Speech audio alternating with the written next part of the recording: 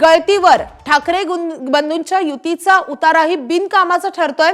कारण ठाकरेंच्या शिवसेना आणि मनसेला युतीनंतर लगेच गळतीचा फटका बसलाय।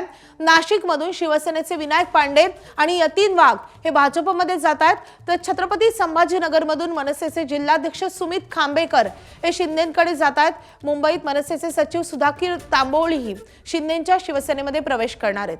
तर कालच ठाकरे बंधूंची युती जाहीर झाली आहे आणि ही युती जाहीर झाल्यानंतर एकमेकांना पेढे भरवणारे जल्लोष करणारे ठाकरेंच्या शिवसेनेचे नाशिकमधले दोन बडे नेते विनायक पांडे आणि यतीन वाघ यांनी भाजपमध्ये प्रवेश करण्याचं ठरवलेलं आहे।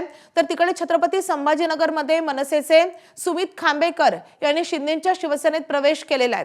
तर छत्रपती संभाजीनगरमधून मनसेचे जिल्हाध्यक्ष सुमित खांबेकर यांचा प्रवेश झाल्यानंतर मुंबईमध्ये मनसेला दुसरा धक्का बसलाय। कारण मनसेचे सचिव सुधाकर तांबोळी हे देखील शिंदेंच्या शिवसेनेच्या वाटेवर असल्याचं कळत आहे।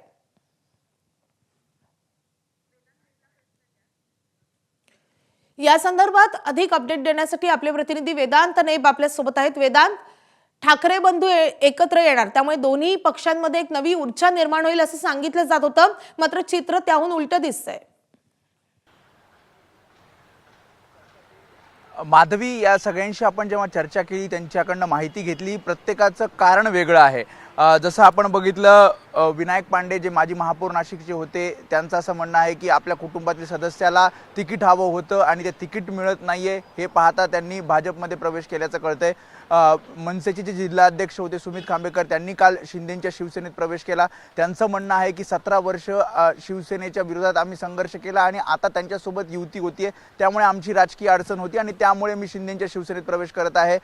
सुधाकर तांबोळी जे अगदी राज ठाकरेंचे कट्टर समर्थक मानले जातात, अनेक वर्ष त्यांच्या सोबत होते, त्यांनी काल रात्री शिंदेच्या शिवसेनेत प्रवेश केला। त्यांचं असं म्हणणं आहे की मला मनासारखं काम करता येत नाही, त्यामुळे मी पक्ष सोडत आहे आणि त्यामुळे प्रत्येकाचं कारण हे वेगळं आहे। ज्या प्रकारे आपण बघितलं, काल युती झाली, मनसैनिक शिवसैनिकांनी आनंद उत्सव साजरा केला आणि अशामध्ये हे 3 ते 4 नावं आपल्याला पाहायला मिळतात। त्यांनी हाच मुहूर्त साधत दुसऱ्या पक्षामध्ये प्रवेश केल्याचं आपल्याला पाहायला मिळतंय।